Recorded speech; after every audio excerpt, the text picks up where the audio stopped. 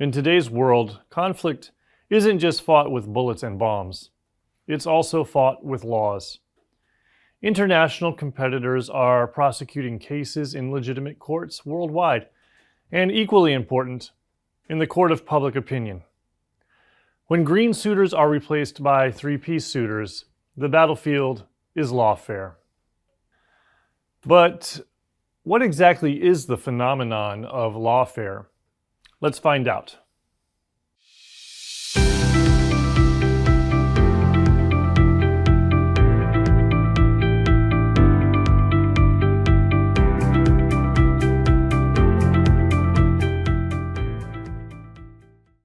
Lawfare is the strategic use of legal systems and legal arguments, domestic or international, to gain advantage in the global arena. It's not limited to the battlefield or even directly tied to military operations. It can occur before, during, or after military actions, or in situations where no military operation is involved at all. It's important to note, lawfare itself isn't inherently good or bad. It can be used to uphold international law and norms, or it can be abused to distort legal principles for political gain. The United States employs lawfare openly and justly by publishing legal analysis, interpreting treaties, and building international consensus to reinforce the rules-based international order. But our adversaries often weaponize the law dishonestly, distorting it to justify aggression or suppress opposition. Let's take a closer look at how lawfare works and how it's being used in today's strategic environment, particularly by China and Russia.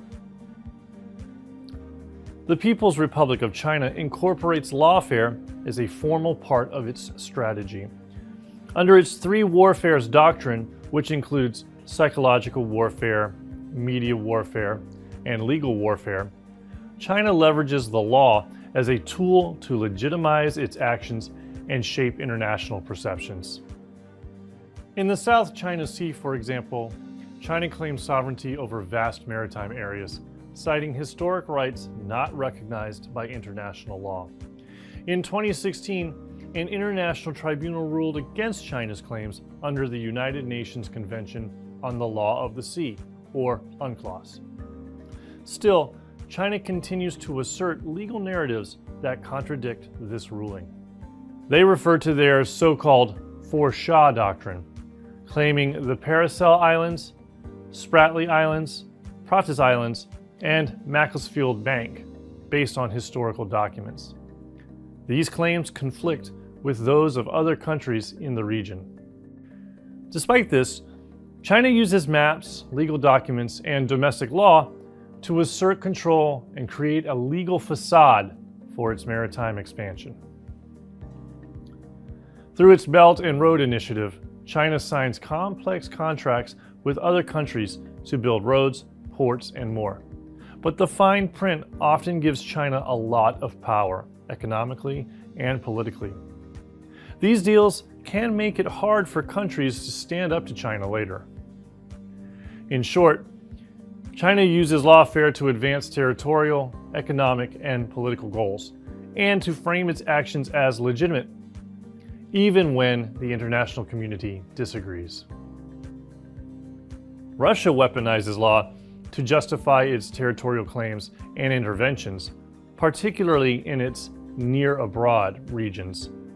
This includes employing legal arguments to assert the protection of ethnic Russians and manipulate international legal frameworks to its advantage. Russia often uses ambiguous legal interpretations to justify territorial claims and interventions, particularly in regions with significant Russian-speaking populations like the Crimea and the Donbass. These legal justifications are often presented alongside information operations to sow confusion and create competing narratives. Russia's goal is to frame its interventions as protective or lawful, while casting opposing governments as illegitimate or aggressive. Russia also keeps territorial disputes unresolved intentionally, using legal ambiguity as leverage over neighboring states. These disputes, supported by legal arguments, help Moscow maintain political influence and obstruct regional integration with Western institutions. It's important to understand that the United States also uses lawfare strategically and transparently. The U.S. publishes legal interpretations, supports international legal institutions, and engages in diplomatic efforts to reinforce norms like freedom of navigation and respect for sovereignty. This is not twisting the law, it's asserting legal clarity in contested environments. For example, U.S. white papers interpreting unclawed provisions on maritime claims aim to build coalitions and align international opinion with a rules-based approach. The U.S. Indo-Pacific Command has even established a counter-lawfare program to identify, analyze, and respond to adversarial legal operations. The program trains personnel to recognize deceptive legal tactics and promotes lawful, values-based responses. So, why should Special Operations Forces care about lawfare? Because it's part of how wars are fought today. It's a key part of irregular warfare, where the fight includes more action to influence, control, and shape the story. Understanding lawfare means understanding how your adversary might use legal arguments to undermine your mission, sway public opinion, or deter Allied support. It means being able to recognize when international norms are being manipulated and when legal narratives are being used to delegitimize U.S. operations. And just as important, it means being aware of how the U.S. can counter those tactics. That includes public messaging, allied engagement, legal scholarship, and asserting clear, defensible legal positions rooted in international law. By understanding how our adversaries use the law as a weapon, and by learning to counter it, Special Operations Forces can stay legit, lethal, and one step ahead. We would like to thank these people for their work on this video. Please like and subscribe to this channel to see more JSOU Snapshots in the future.